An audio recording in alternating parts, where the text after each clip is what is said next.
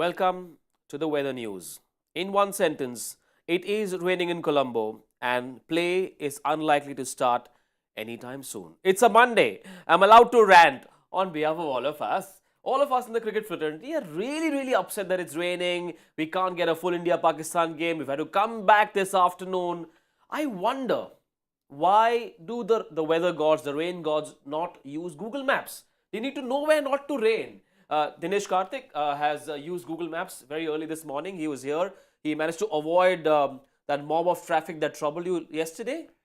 Today was much better. Far more easy.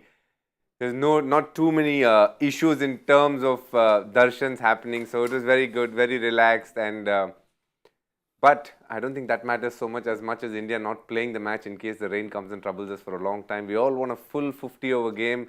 Joyda sitting in Calcutta hoping that it will happen. There have been so many issues that have happened since yesterday. But all in all we want to see is a good game of cricket, because while the time it lasted, it was really good to watch. Joyda is always sitting in Kolkata emotionally, mentally, spiritually. He's always in Kolkata. Right now, he's physically in his palatial bungalow in Gurgaon with a million books behind him.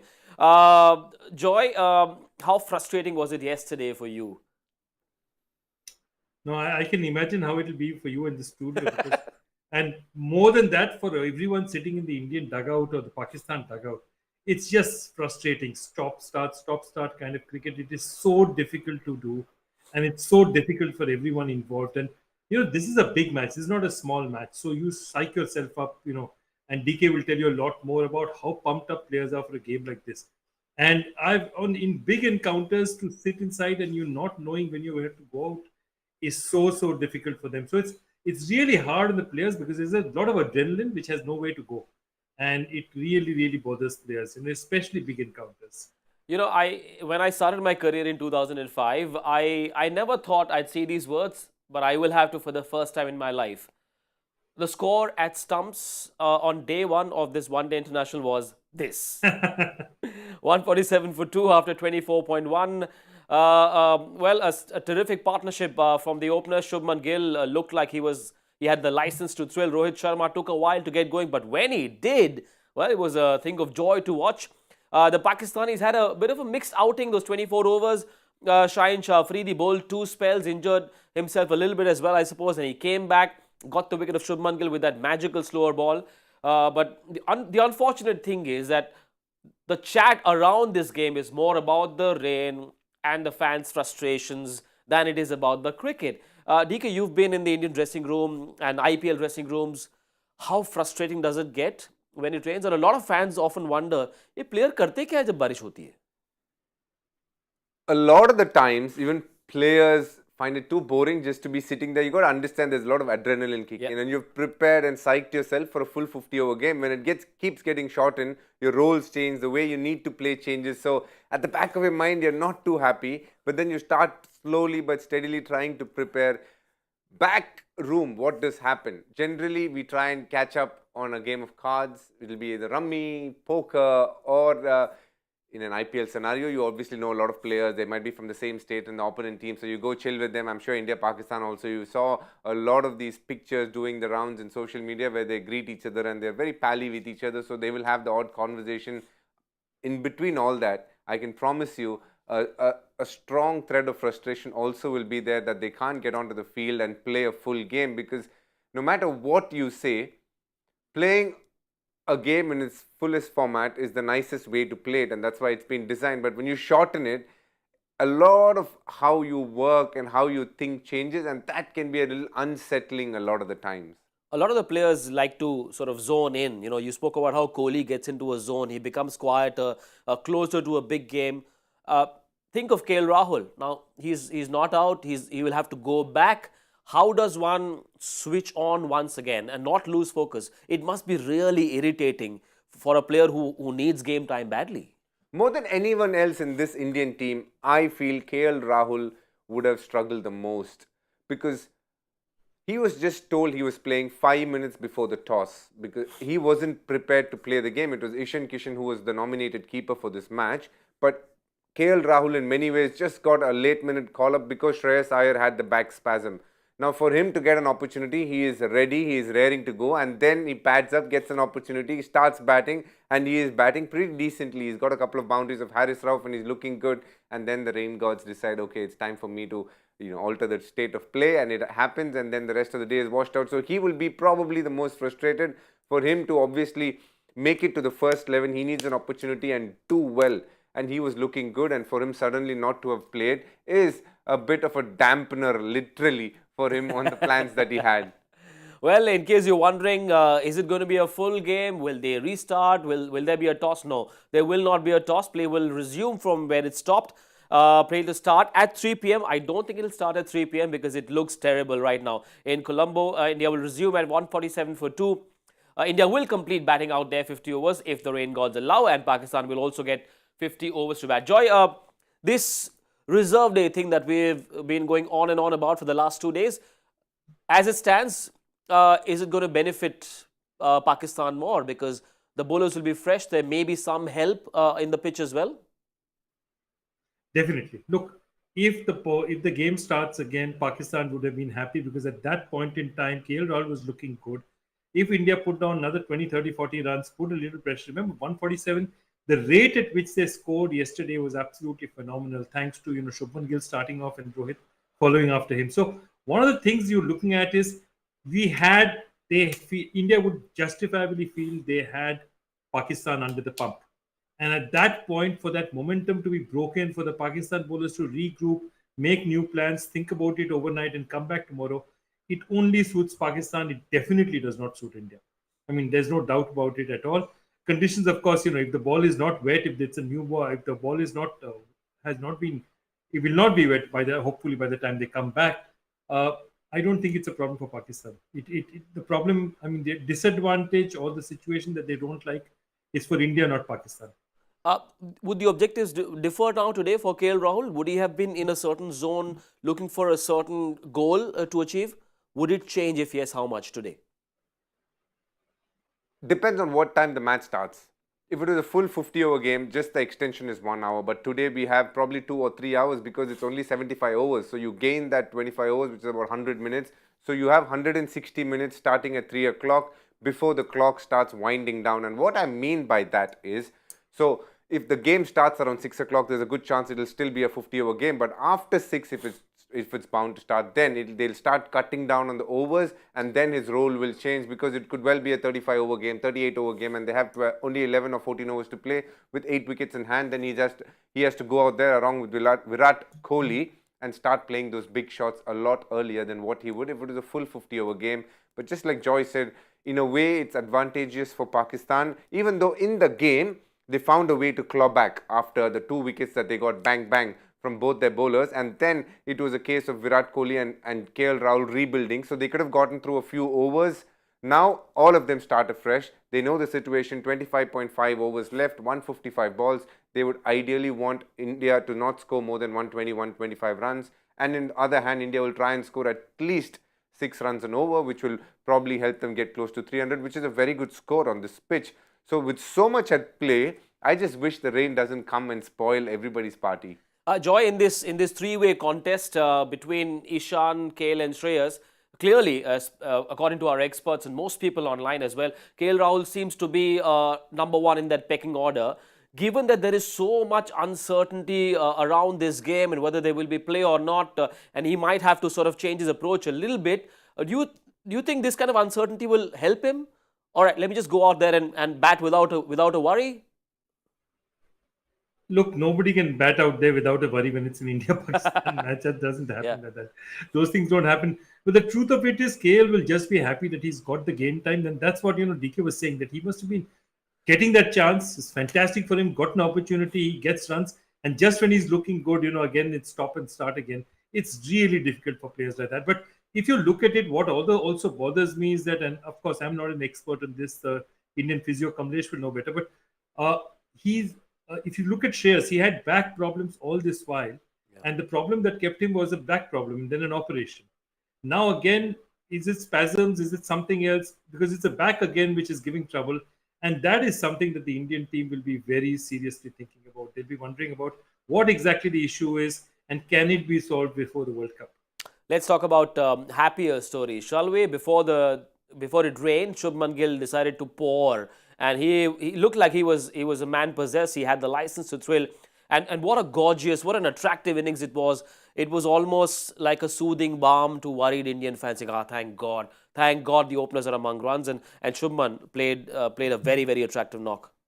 Rohit Sharma set the ball rolling with a couple of lovely shots, but then after that it was Shubman Gill who took a leaf out of his book and went ahead and played those lovely drives. A great partnership, 121 of 100, which augurs really well for the near future. They have an average of 96 in the limited time that they've opened, so they are definitely one of the most powerful openers out there in world cricket today. They make a good combination as an opening pair. So a lot of other teams need to be wary about them. And yesterday was a day when Shubman Gill showed the world why he is rated so highly. Some of the shots and the intent that he showed against Shaheen Shah Afridi, nobody had ever hit him for 6 4s in ODI cricket before that. Shubman Gill being the first one to do it. And by that, they're laying down the marker saying, we're going to come at you, which is great because in conditions which obviously suited fast bowling, they've taken him on.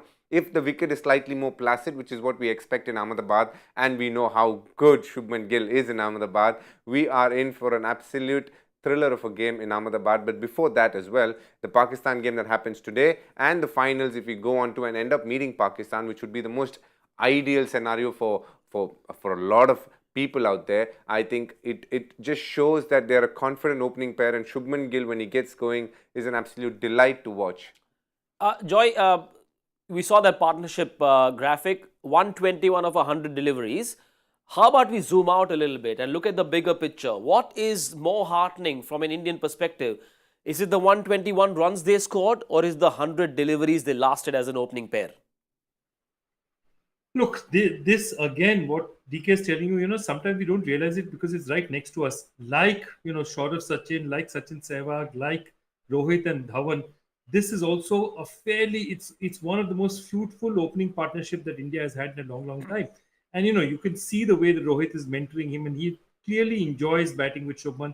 And if this partnership stays around for a couple of years, which it should, they could be among the greats as well themselves. But my point here is that the way Shubman was playing, one of the most important things is they were not just playing the bowling. They were not waiting for the bowling to come to them. They were playing with a plan. The way Shubman went down the pitch to Shaheen Shah Afridi and lofted him, there was a plan out there. Do I shorten the length? Do I hit him off his length? And that is something which is very interesting. That they did not say, let's see what the bowling does, and they had intent, they had a plan in mind, and they had a plan where they said that, okay, Shubman is the one who's going to attack Shaheen Shah Afridi. And, if somebody else gets a bad ball, he's going to hit it for 6 as well, as Rohit did. But there was intent out there, and there was a definite way they went about things. That's something which is very heartening for me, because obviously the Indian think tank has been thinking about this Pakistan bowling attack. The first 10 overs were fascinating as they were heartening. In those 10 overs, India scored 61 for no loss, only 17 scoring shots and 43 dot balls. Clearly, they went in with so much clarity, and they were prepared to wait for that hittable delivery. Clarity, yes.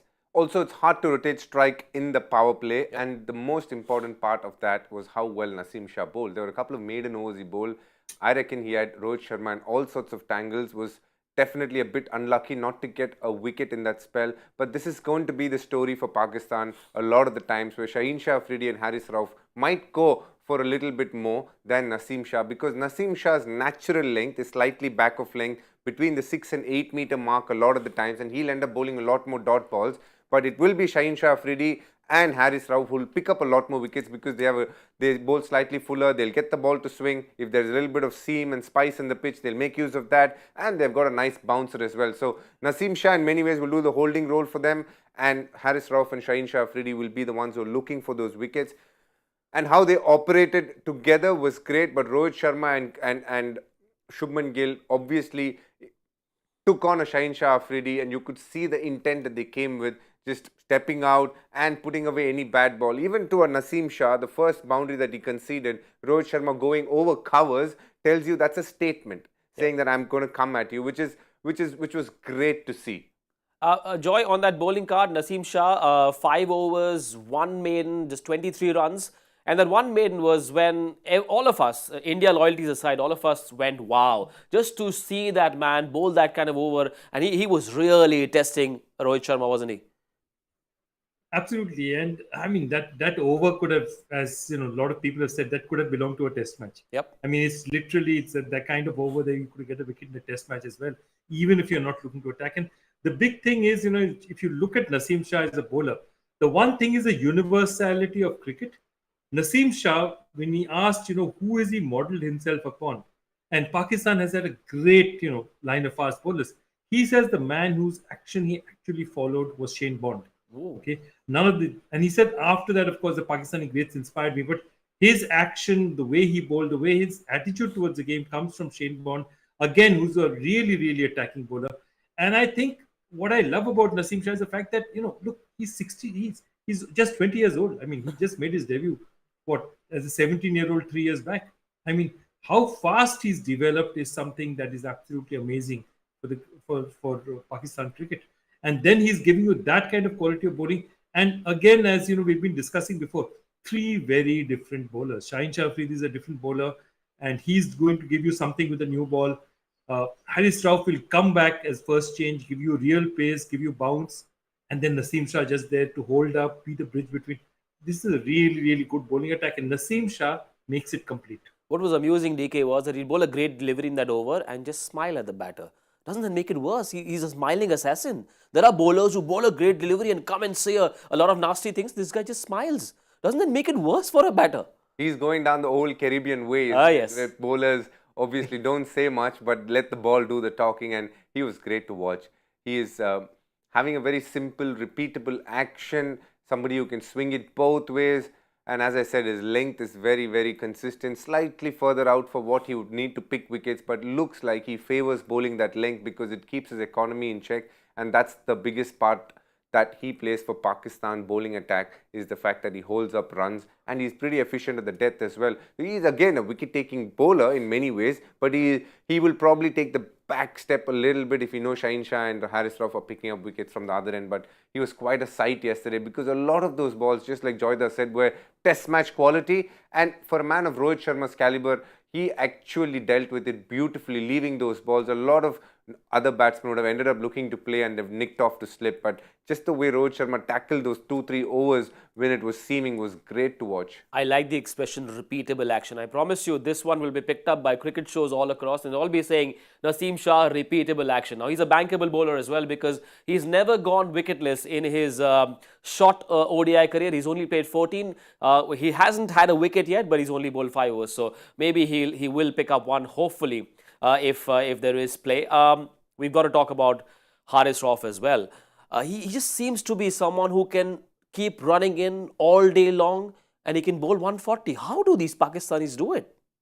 For a start, these Pakistani bowlers play a lot of tape ball, tennis ball cricket, which is where they develop A, the Yorker, B, a lot of these bowlers will be very skiddy, and that comes from playing a lot of tape ball cricket. Bowlers who have a lesser jump in their stride will always be a lot skiddier to face. You take the likes of Bhuvneshwar Kumar. What does it make him special? He's actually only 130, but still a lot of the times when you face, he's so good at the death and finds a way to swing ball both ways and he's skiddy. Why does that happen? Because they have a low jump and that really helps. And Haris Rauf is one such bowler who gets through the crease really quickly, and that's why he has that skid. You will see a lot of batters getting out to Haris looking to pull a ball but will top edge it because of that extra skid that he has from the pitch, and his natural length slightly fuller makes him really good. At the death wise especially, he's got a great Yorker and a very, very deceptive slower one as well. Add to that, he's got probably one of the nastiest bouncers which come at a height which is very awkward to play. It is not something that will go past your head, but it just keeps coming towards your nose. So he is, in my books, the toughest Pakistani bowler to play, because as a middle order batsman, if you're a taller bowler, the challenge is different. But Haris Rauf is neither too tall nor too short, but has that skid which can really trouble you and find you, in many ways wanting, for lack of time when you play him. And you've seen that even Kishan, the way he got out in the first match, he was batting on 80, but he just hurried on to him, and that is what Haris Rauf will do to batters consistently. And it will take a batter of Virat Kohli's caliber to trouble Haris Rauf. Joy, you're a storyteller, a raconteur, a historian. You do all of those things, and I'm sure you might have thought of some other bowler in Pakistan's cricket history that perhaps Haris Rauf reminds you of.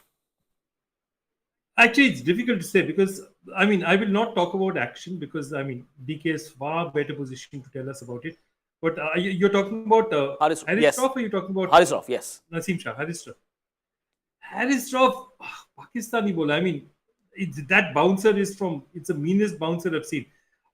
Wasim had a mean bouncer, he had a very mean bouncer, but obviously they bowled it off. They bowl it off very, very different actions.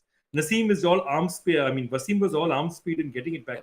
But Harris is a combination of a lot of bowlers because he's not a Wakar kind of bowler. He doesn't swing it up to you. He has a Yorker though. He has Wakar's Yorker, but he doesn't have Wakar's swing away. But he's just like a composite of a lot of bowlers. And I feel, and I believe that he's also the kind of player who, he's like Imran was the star of Pakistan, and the other side you had somebody like a Sarfraz Nawaz who did fantastic, but always was in Imran's shadow. And I feel Harif is that kind of bowler. I mean, Shaheen Shah Afridi is the man for Pakistan bowling, but Haris Rauf is that guy. Without him, the Pakistan bowling is incomplete. Right.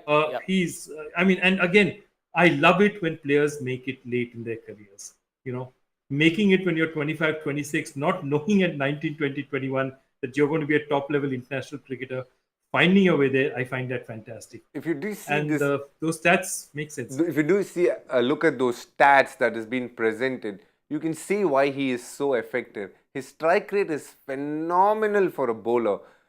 Just striking every 30 balls or 32 balls just tells you how effective. The toughest ask for a fast bowler is to pick wickets through the middle overs, and interestingly he has picked the most number of wickets across the table in that limited time that he is played. And why he is able to do that is because of his speed through the crease, his ability to get the good length ball that normal bowlers bowl much quicker onto the batter, and that will always create a bit of a doubt in any batter looking to take a bowler on in the middle overs, and that is what makes Haris Rauf really, really special. It is a real tough skill as a white ball fast bowler to be able to get wickets in the power play, then through the middle and at the death as well. If you have a bowler like that, wow, you are blessed, and I think Pakistan is blessed to have a Haris Rauf. 22 wickets in the death overs, as you saw on that graphic. As the power play rules change, and they've changed very often with ODI cricket, should our way of interpreting numbers also evolve and change? Because if I remember on the graphic, the economy in the death overs is just under 7. Has to be acceptable. That's got to be a very, very good number. World class. Under 7 is absolutely world class. The norm in IPL right now is 10. If you're able to keep it under 10, most teams are very, very happy, because 440, if you're able to defend, it is a phenomenal effort. In ODI cricket, it works the same. Only thing, you might have lesser wickets at that stage, so you can probably bring it down to a 9. But if somebody's bowling to you at 7, that is absolute genius. Yes, let's now look at it from India's perspective. We've spoken about Shaheen Shah Afridi, about Haris Rauf as well. What about the Indian middle order? Assuming there's a full match that we get, a 100-over contest, and Kishan will have to come in and bat, Hardik Pandya will have to come in and bat. How does the middle order approach the innings, given that the conditions would have changed a little bit as well? The wicket will be slightly different, I assume. What do you think Kishan and Hardik Pandya should be looking to do when they come into bat? This question is a hard one to answer, only because it depends on how many overs we are left with. If it's a full game. If it's a full game, in many ways, I think the batters will start normally and see how the pitch is behaving. It's been under covers for more than 24 hours now, so there'll be a bit of sweating. So the ball is 24 overs old, which basically means 12 overs old from both ends. So there will be a little bit of seam movement. So if they're able to counter that, then the middle order batsman coming in will probably come in, take a few balls and then start going at it. But Kishan, Hardik Pandya and Ravindra Jadeja, naturally aggressive players, will come out with the same intent that they had in the last Pakistan game, because there it was a tougher situation. They were 66 for 4. Even then, they showed a lot lot of intent and batted with purpose, and it wouldn't change in any way. I mean, we're talking about Hardik Pandya and Ishan Kishan, and we know how good they are. They've got the shots. They will come out swinging in many ways in the right way, not any way, but they will come out and play with a lot of authority and try and again show the world why Team India is powerful through the middle, because as much as anybody else needs it. They need the match time as well. So it is another great opportunity for them. Joy, sad as we are for Shreyas Iyer, none of us want to see players getting injured, but that back spasm meant, in a very funny way, that justice was done to Ishan Kishan. He was rewarded for having scored the runs that he has in the West Indies and in the only innings he's played in the Asia Cup. So consistency does come with its own perks. No, absolutely. I think he's been spectacular. More important for India, if you see, we've been trying other batsmen as well. We've been trying Sanju Samson. The important thing is Ishan Kishan is the batsman who has taken his opportunity. Just like Shubman Gill took his opportunity in limited overs cricket. Everyone thought that he's a test player, he can't. Shubman Gill took it at the beginning of the year, and Ishan Kishan has proven that he can play one-day international cricket. He's giving you those results. And I think it's interesting that when they were setting out somebody, they were not planning to play KL Rahul in the last match. And I was wondering that if you don't plan to play KL Rahul in that match, how on earth is he going to get match time before the tournament? Jodha, I do think at this point of time, with the way things have panned out, especially with Ishan Kishan doing so well at number 4 in the one game that he has got and 350s at opening the innings, they feel he is in red hot form. And a bigger question is, he's a left-hander through the middle. We saw how Bangladesh struggled when Velalagi bowled 2 right-handers, and it could well be the case in India as well for the World Cup. So I have a feeling Ishan Kishan has just gone up in the pecking order because he ticks a lot of boxes that India could be worried about, and rightfully so. You want to play the team which is best in form. KL Rahul has been scoring a lot in the opportunities that he's got in probably in the distant past, but right now, when we talk about the present, you would have to say Ishan Kishan looks like the man in form, and you couldn't fault the Indian team for backing him ahead of KL Rahul with how things have panned out. No, I totally agree with that. What I'm finding interesting now is, so now it's really going to be between KL Rahul and Shreyas Iyer for that number 4 spot. If Rahul gets runs today, if Rahul gets runs in the next few matches, these are the 2 people I think it's going to be between. I think you're right. I think Ishan Kishan is pushed ahead. And I think his is going to be the fixed position. And KL Rahul, they can play just as a batter as well. So those 2 are going to be the players. And I'll be interested in knowing how they go now with Shreyas. Because if Shreyas does not play at all in this tournament, then we have basically 3 chances to see him against Australia. That's it. True. That's very true. Well, just as we had started to sort of feel happy that the covers were off, they are back again. DK, on the show yesterday with Harsha around, we spoke about how teams typically get into a certain transition phase, and it leads to a certain sense of instability for a while. None of us are or want to be prepared or even think about life without Rohit Sharma, life without Virat Kohli. We all know that they have a lot of cricket left in them. However, time does what it does, and eventually India will have to be prepared for that phase. Say post the World Cup, say after a year, if and when India have to move on, there will be a scenario when Ishan Kishan, Shreyas Iyer and KL Rahul, all 3 of them will have a spot in this lineup. So what they do from here until that moment is so crucial for the health of India's ODI cricket in the long run as well, because at some point, more spots will open up. Add Rishabh Pant to that. Oh, list. Yes. So there is going to be, India is always going to be blessed with talent, especially with a tournament like IPL. It'll keep throwing new names, there'll be new players coming in, and there'll always be players just on the fringes ready to come into the Indian team. It is very hard to sit down here and say today that Ishan Kishan, Shreyas Iyer and KL Rahul will play in the 11, and I feel it's unfair to a lot of other players as well. Whoever is doing well and are consistent will definitely find their place, and there are plenty of players to choose from. You have an Adit Surya Kumar, Tilak Verma, Rinku Singh, Jitesh Sharma, Rahul Tripathi, Deepak Hooda. There are plenty of names. Sanju Samson, and let's not forget that. So there are a lot of names to choose from. So Indian cricket will always have a problem plenty when it comes to choosing their best 11. But here is an opportunity. They've got that early dibs advantage for the likes of Ishan Kishan, KL Rahul and Shreyas Iyer to make a mark in these tournaments, and they have another 6 games before they head into the World Cup, and post the World Cup they will get their opportunities as well. These are quality players we're talking about, but it is very hard. If there is one thing that you can't predict about Team India is what will the team be in 1 year's time, and I think it would be unfair to a lot of other players if I say they will be sure, because I personally don't think anybody is sure at this point of time, because it depends on who decides to walk away from the game and who decides to be, wanting to play, believing that they'll play another ODI World Cup. So there are many questions that are around this. So at this point of time, India have a lot of options to choose from post the World Cup. Which way they will go will determine a lot by how India does in this World Cup. Joy, Indian cricket is blessed, and there is an embarrassment of riches from a player's perspective. There's so much talent coming through the Indian Premier League. The domestic circuit is also being strengthened. So many teams, so many players, a lot of them, of course, wanting to play the IPL. But how should Indian cricket work towards being future ready in order to ensure that that transition phase is not too turbulent? First and foremost, I don't think they're going to be playing too much one-day cricket at all, because the next World Cup is going to be a T20 World Cup. The next ODI cricket is going to be 4 years away. So the moment this World Cup is over, I promise you, most countries don't want to play too many ODIs. They prefer the T20 format. So this ODI format will be put away, and I think it will become serious again for us. Again, one and a half years before the next World Cup in 27. In this middle time, the Indian team, it will be about who gets into the T20 team. And then what happens is, players like, say, Surya Kumar Yadav, who today is for one-day cricket, you think it's a punt. He's somebody you want in the team, but not necessarily somebody who will play first 11. For T20 cricket, he's a surety. So again, the whole list of names and everything will change as the priority changes from one-day cricket to T20. And having said that, I'm not sure how many people, I'm not sure how many T20s will play in the meantime if we have the opportunity to. So really, once this World Cup is over, India is thinking about its T20 side. Right, it is 3 p.m. The covers are back on, and I'm sure most of you are scratching your heads and wondering when will play start. I will give you another reason to scratch your heads with both your hands. Joy factor.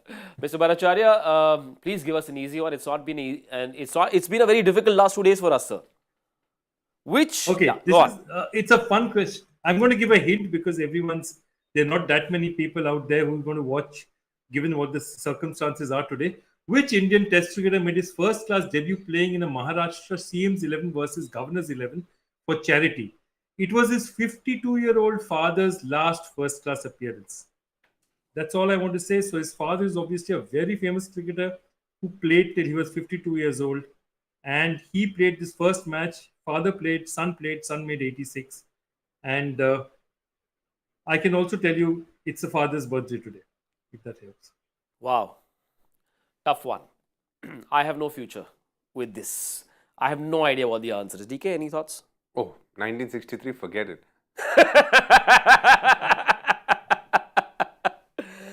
While I may not know the answer to Joy Factor, all I can do is be prepared for all possible eventualities. Bhaiya, chhatri kahan hai? Chhatri de do yaar. De do, charmao mat. I am ready. I am future ready. Who knows? If it rains, I am always ready. Play will resume on Cricbuzz Live if and when the match happens. The first innings may be a full 100 overs game. We will see you once again at the 35 over mark with Cricbuzz Combox. If not, we will see you soon for sure. Stay safe, stay dry. Bye for now.